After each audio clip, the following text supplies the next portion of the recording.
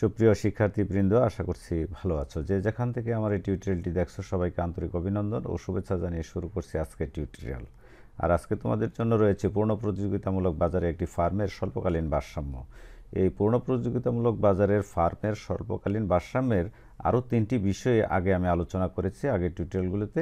তার মধ্যে ছিল স্বল্পকালে স্বাভাবিক মুনাফা অর্জন করে কীভাবে ভারসাম্য অর্জন করা যায়, অতিরিক্ত মুনাফা অর্জন করে কীভাবে ভারসাম্য অর্জন করা যায়, এবং ক্ষতি স্বীকার করে একটি ফার্ম কখন ভারসাম্য লাভ করে বা উৎপাদন কাজ চালিয়ে যায়।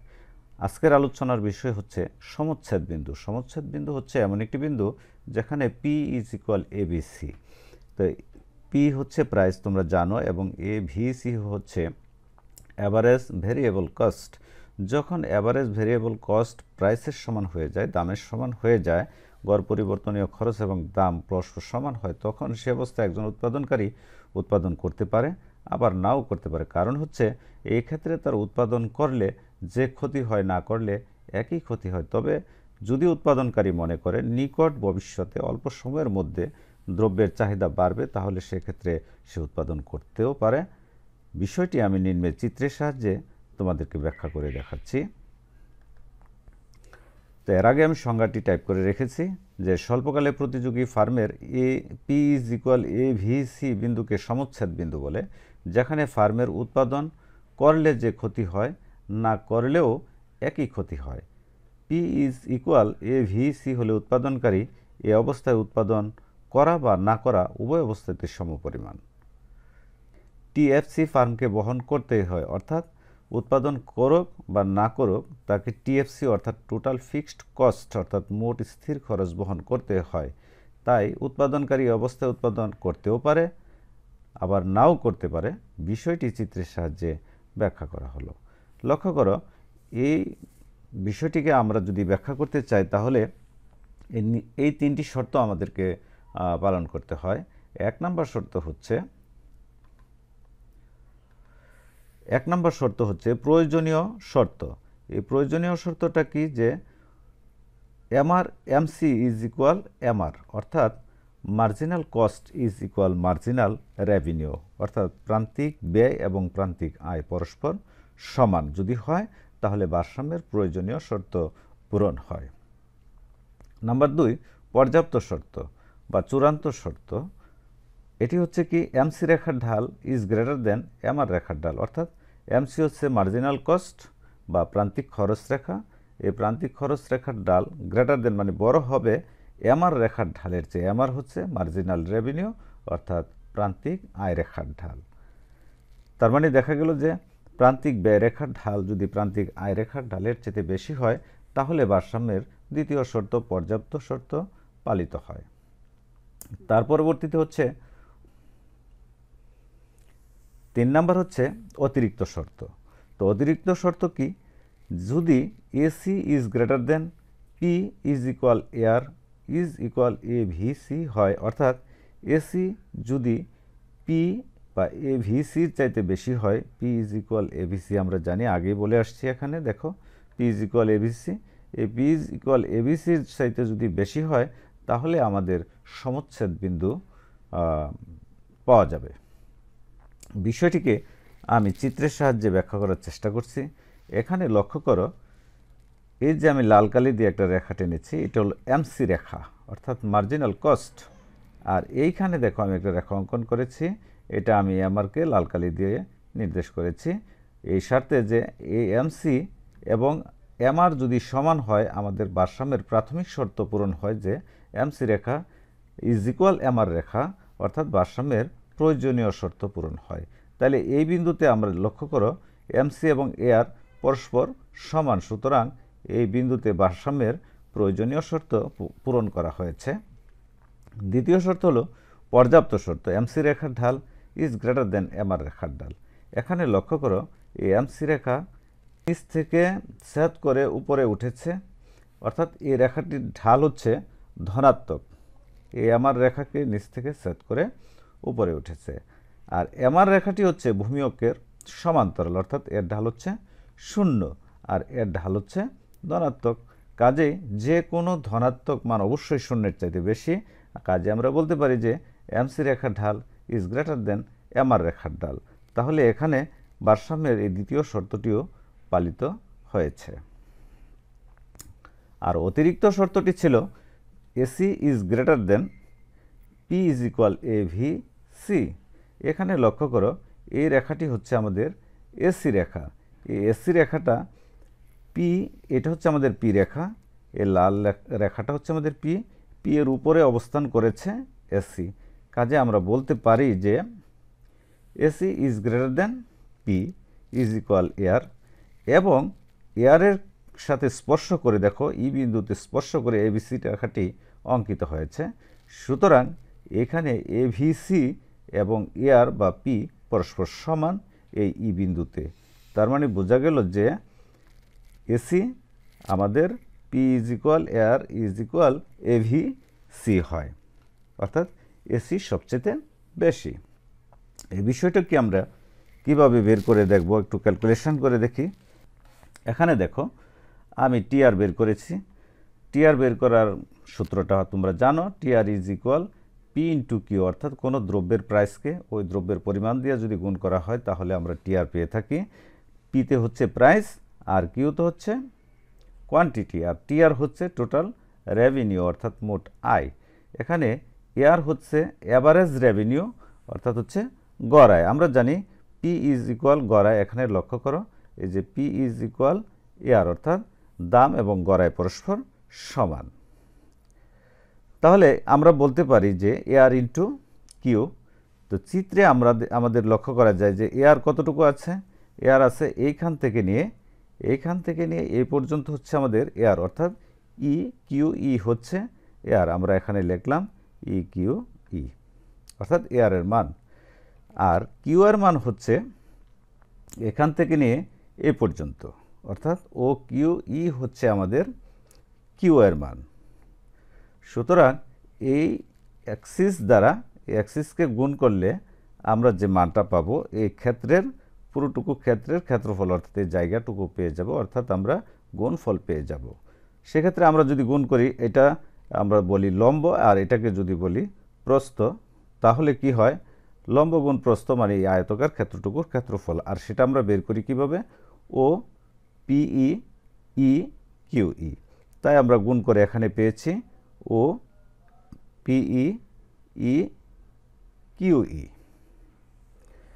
তারপর আমরা জানি যে মুনাফা পেতে হলে আমাদেরকে কি করতে হয়, মোট আয় থেকে মোট ব্যয় বাদ দিতে হয়। তাহলে আমাদের টিআর যেমন জেনেছি মোট আয়, তেমনিভাবে টিসিও আমাদেরকে জানতে হবে, অর্থাৎ মোট ব্যয়। এটা হচ্ছে total cost. Total cost is equal আমরা জানি সূত্র হচ্ছে এসি ইন্টু কিউ, অর্থাৎ অ্যাভারেজ কস্ট ইন্টু কোয়ান্টিটি। তাহলে প্রতি একক দ্রব্যের খরচকে যদি মোট পরিমাণ দ্বারা গুণ করি তাহলে আমরা পেয়ে যাব টোটাল কস্ট অর্থাৎ টিসি। এখানে এসি ইন্টু কিউ আমি লিখেছি উপরটার সাথে প্যারালাল করার জন্য।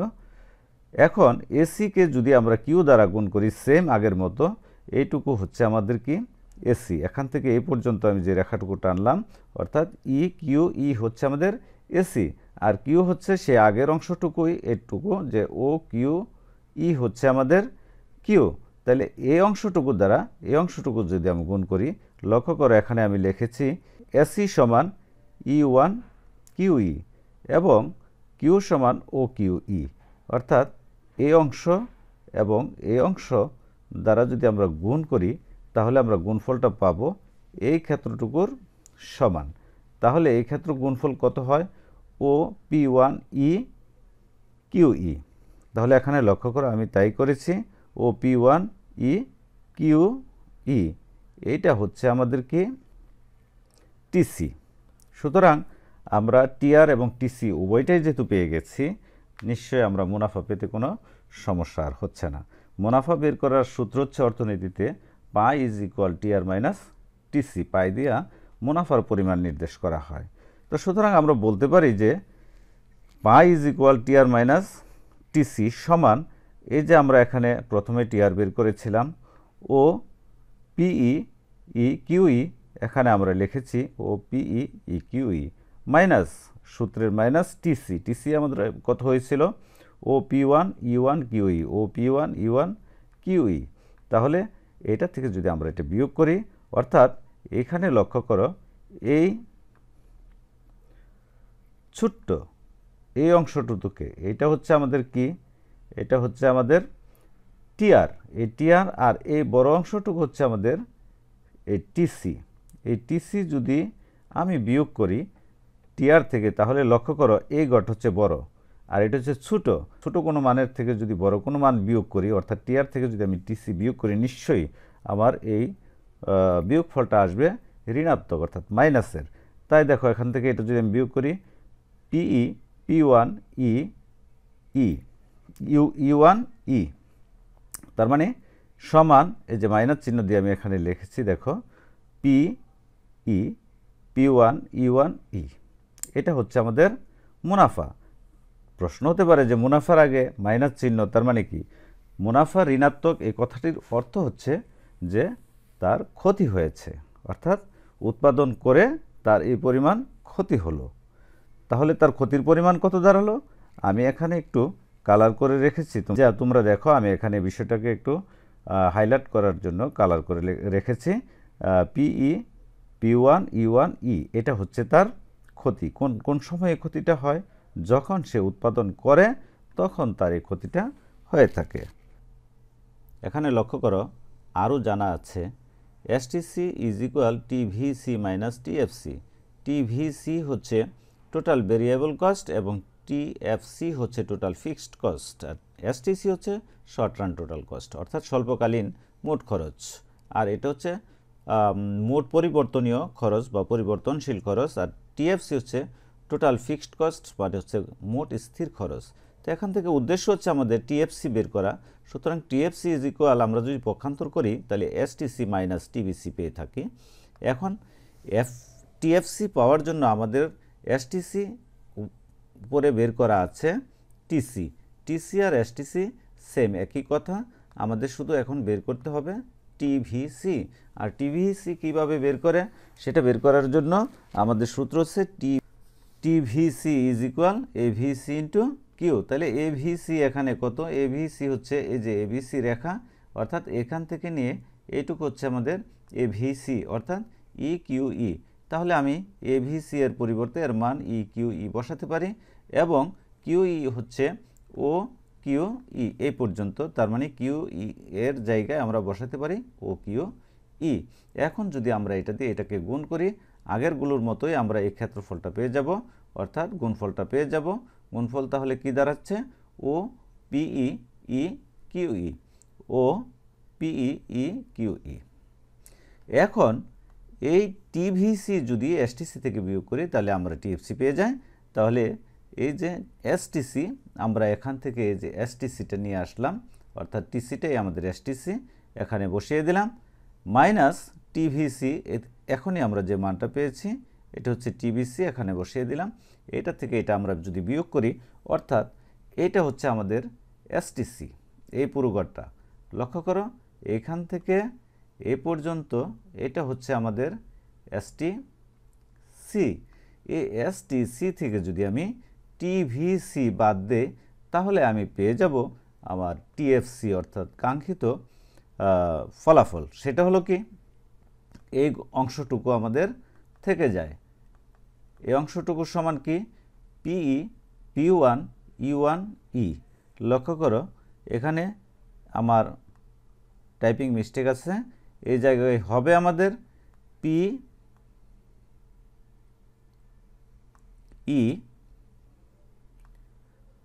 P1